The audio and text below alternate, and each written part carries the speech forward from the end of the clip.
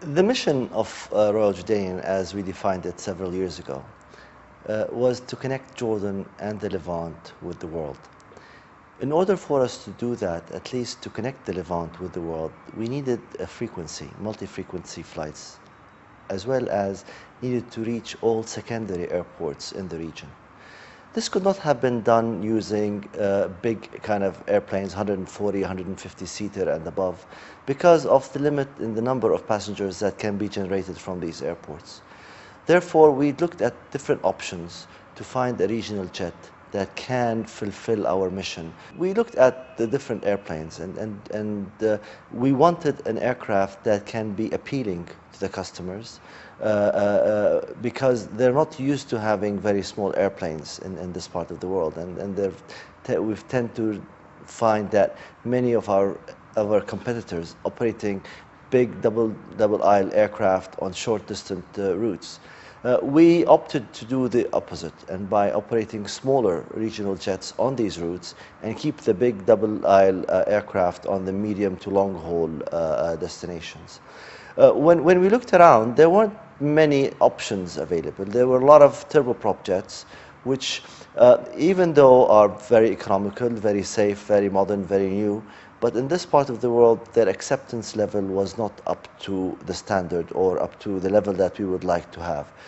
We did try, and we struggled heavily in convincing the passengers that this is a beautiful airplane and a very safe and reliable aircraft.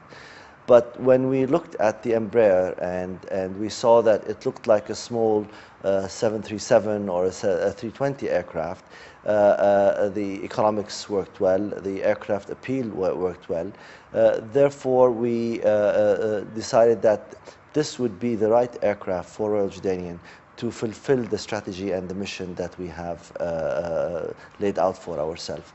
And it turned to be quite a successful story.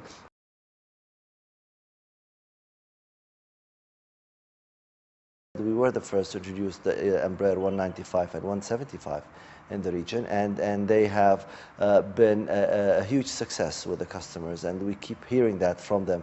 Wow, this was a small airplane, but it really looked and felt like a comfortable and a big kind of an aircraft. We also did not hold back on investing in the setup of the aircraft itself. We have very good seat pitch. We used an all-leather seat kind of feel and look. The business class, we opted for a 1 and 2 seater kind of a setup where there is a nice foot recline and the seat pitch between the seats, and the recline itself was very comfortable. Even though these flights are being used on a maximum of maybe 2.5 or 3 hour flight, yet we wanted to make it a very comfortable experience for our passengers.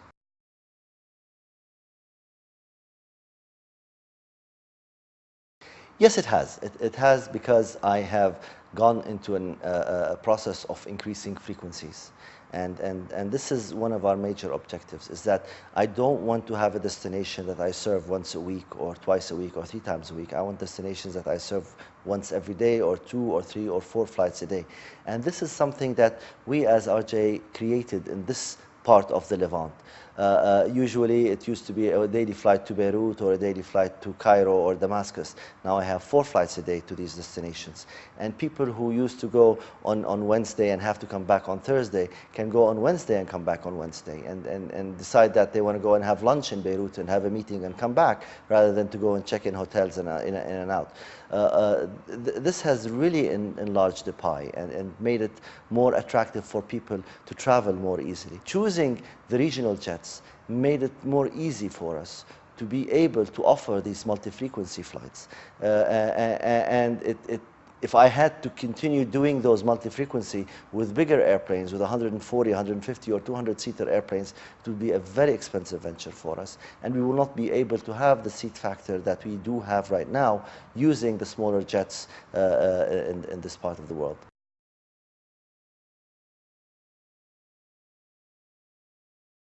We noticed that during the past decade, whether it is the class of service they're flying on, in the old days it was F and Y. Now you have 24 digits or letters that you can book on.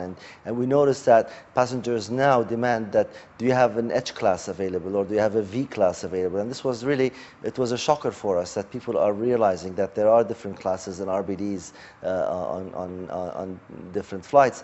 And yes, many people ask and see, what aircraft are you flying today to this destination? And they can go on the internet and they can surf the net and see the layout of the aircraft and see the kind of seats they want. That's why on our internet we make sure that everything that they want to find out about that flight is available, so they can decide that they want to sit on seat number 14B or 16C and so on.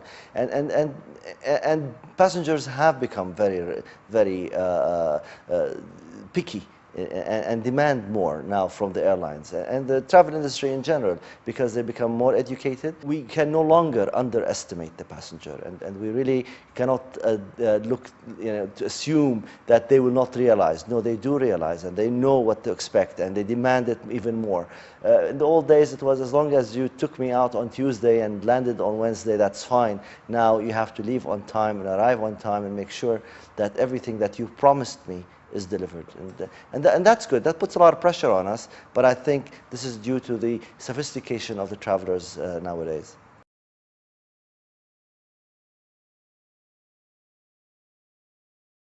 People do and are willing to pay a bit more to go on a better airline and get the better service that that airline is promising.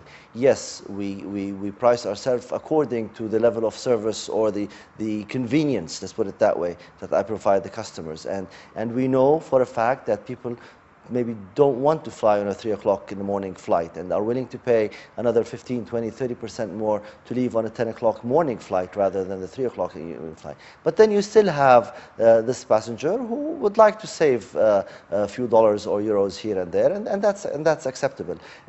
But in general, in this part of the world, the pie is constantly growing. The Middle East and the Gulf region is definitely an area of growth. It's higher than anywhere else in the world, primarily because we're starting at a lower base. So we're still growing, and there's a room for growth, and the population is growing. The young population is growing, and the demand for travel is growing. And that's why we believe that passengers will continue to demand more of us and demand from the airline industry to grow so that they can satisfy their travel needs.